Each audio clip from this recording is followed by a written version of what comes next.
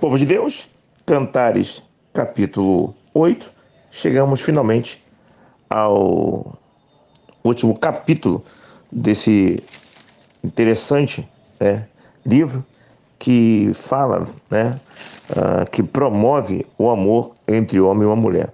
Não temos aqui nenhuma novidade, né? Porque o texto, esse capítulo 8 vem seguindo aquele modo operante, né? Aquela forma normal de elogios entre o homem e a mulher. Tem a questão do coro aí, que nós já aprendemos que pode ser as mulheres do harém de Salomão que fazem o coro, né? E há muitas mulheres, mas a mulher amada é a Sulamita. O coração ali pertence a uma pessoa, apesar de terem várias opções. É interessante, né? Tem muitas opções, mas o coração escolhe uma, essa aqui que é amada um do outro. Então nós não temos aqui grandes novidades, né? Porque na verdade esse modo operante vem sendo repetido de elogios, né? E de expressões de intimidade, né?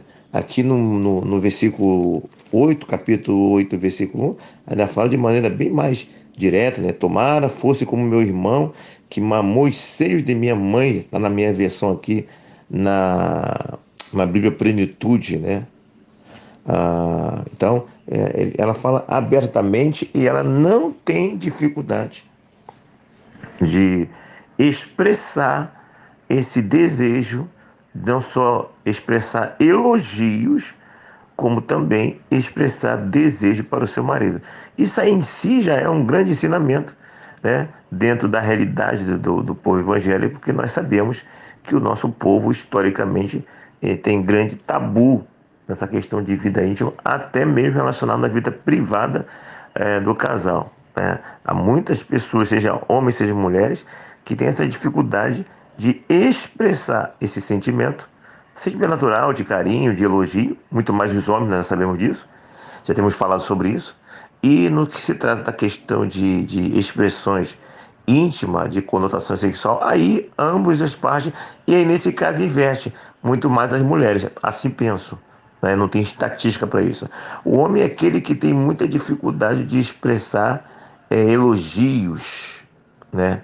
Para a mulher, que tem elogios comuns, elogio porque ela fez alguma coisa, elogio de roupa, elogio de comida, casa, elogios gerais comuns. O homem tem mais essa dificuldade, né? A mulher já se expressa mais, a mulher já tem mais, me parece, mais aberta para esses elogios. Agora, no que se trata da intimidade, elogios com conotações sexuais, né? Tipo elogios com o objetivo de sedução, de se alcançar objetivos na questão sexual, me parece que o homem ele já é mais aberto e, no geral, as mulheres são mais fechadas de expressarem, né? De mostrar desejo, de mostrar abertamente ao homem desejo ou até buscar provocar no homem esse tipo de vontade, vamos dizer assim. Então, é interessante essa troca, né? Isso na minha perspectiva, sem base em estatística nenhuma, mas por experiência de vida, né? Por questões de experiência pastoral, né? De conversa em geral, a gente percebe que mulheres têm mais dificuldade nessa área de expressar, de seduzir, de falar, de usar palavras com essas conotações. Já o homem não, o homem ele é mais solto para isso.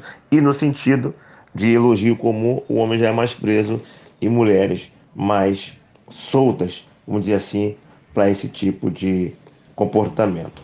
O que nós temos aqui de novo aqui, que nós podemos colocar aqui algo novo, é o selo, né? Versículo 6, põe-me como selo sobre teu coração. O selo era a garantia de que algo pertencia a alguém. Os cavalos, por exemplo, eles são selados, né? Isso, ele tem uma marca, né? Um selo no corpo que mostra que ele pertence a determinado dono, né? Então, o selo é a garantia de que alguém pertence a alguma coisa ou alguém pertence a outro. Então, põe-me como selo do teu coração, né? Fiz selado que eu pertenço a você e você me pertence, não é isso? E aí, a novidade aqui colocada, que aparece aqui é o versículo 8 em diante, né? Temos uma irmãzinha que ainda não tem seios. Que faremos a esta nossa irmã no dia em que for pedida? No dia que for pedida, se ela for um muro, edificaremos sobre ela uma torre de prata. Se for uma porta, cercaremos com tábuas de cedro. Aí vem a esposa e responde. O coro falou aquilo e a esposa responde: eu sou um muro, e os meus seios como as suas torres. Sendo eu assim, fui tida por digna de confiança do meu amado. Mostra aqui claramente a visão cultural daquela época, onde mulheres com seios avantajados, seios grandes, eram as mulheres mais desejadas. Não ter seios avantajados era um problema cultural daquela época. Ou seja, transparece claramente que no gosto cultural daquela época, os seios avantajados eram de maior preferência para os homens, e quem não tinha isso tinha menos beleza física dentro daquela cultura. Me parece que nos dias de hoje isso não é bem estabelecido e há, na verdade, culturalmente falando, uma variedade, né, de comportamento, né? Há pessoas que se atraem por um tipo de pessoas, e há outras pessoas que se atraem por outro tipo de pessoas. Há pessoas que se atraem por mulheres com seios avantajados e há pessoas que se atraem por mulheres com seio que não sejam avantajados. Ou seja, há uma variedade, e essa conotação ela não é tão forte nos dias de hoje, e há muita variedade. Mas naquela época lá, é claro que quem não tinha esses seios avantajados já teria já uma desvantagem entre outras mulheres que teriam, tá? Mas claro que é bem verdade que no geral as mulheres elas se pudessem escolher todas elas, com certeza elas escolheriam essa realidade da cultura daquela época, mesmo que hoje não seja algo tão forte quanto era antigamente, ok? Então é isso.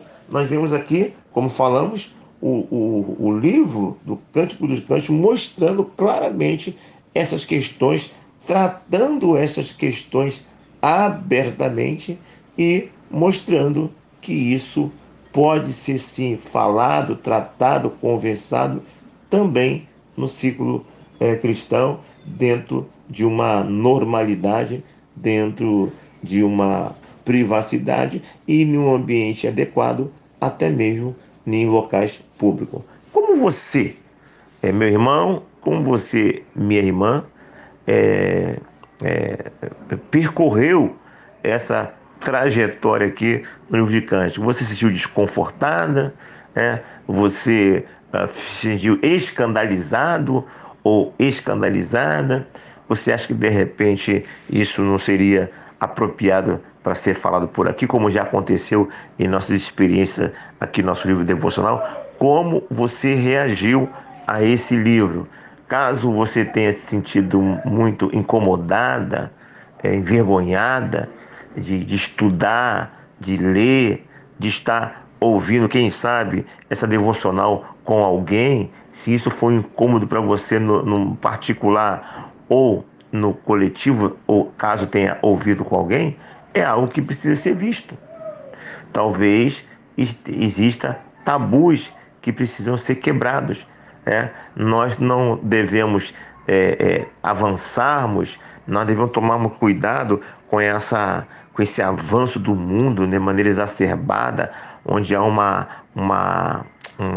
como se fala, a valorização exagerada das questões íntimas, da questão sexual, mas por outro lado também não podemos estar no outro extremo, onde tudo é pecado, tudo é tabu, tudo não pode, né? Então, o grande caminho, a grande sabedoria é buscarmos o equilíbrio, né? Nem muito para lá, nem muito para cá, sim, o equilíbrio. E me parece que o livro de Cântico retrata essas questões íntimas, essa questão da natureza do homem e da mulher, da natureza sexual do homem e da mulher, com muita simplicidade, sem exagero, mostrando que isso faz parte dessa nossa natureza, natureza essa dada por Deus e não pelo diabo.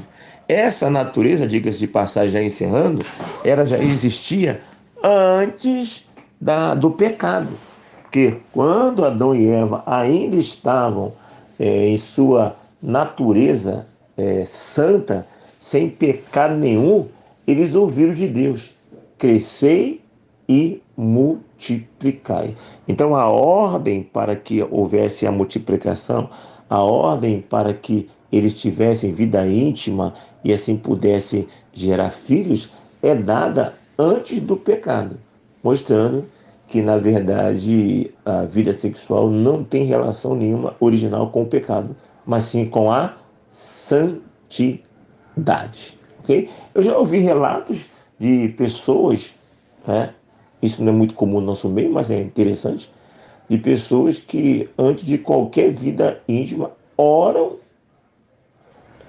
juntos e agradecem a Deus por aquele momento que ainda irão ter, pedem que sejam momentos realmente de bênção de Deus, tem um momento íntimo, depois do momento íntimo, agradecem a Deus por aquele momento íntimo de Deus. Interessantíssimo isso, não é?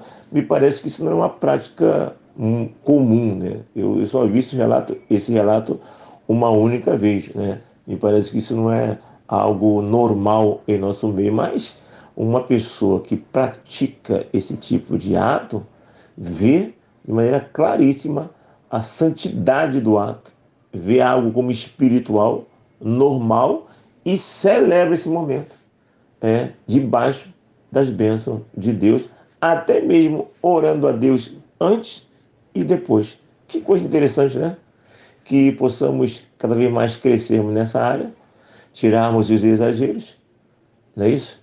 E vivemos o equilíbrio em nossa vida íntima, em nossa vida amorosa com nossos cônjuges, e que possamos juntos vencermos os obstáculos que sabemos que existem na vida casada. E você, solteiro, espero que você tenha aprendido, entendido que a vida íntima é para o casamento e que isso pode ser celebrado de maneira abundante e que, chegando o tempo adequado, você poderá desfrutar disso abundantemente, sem dor na consciência, vivendo com o seu esposo, com a sua esposa, todas as maravilhas, todos os benefícios de uma vida casada. É isso. Aqui, Pastor Renê, pense em todas essas coisas e que Deus nos abençoe.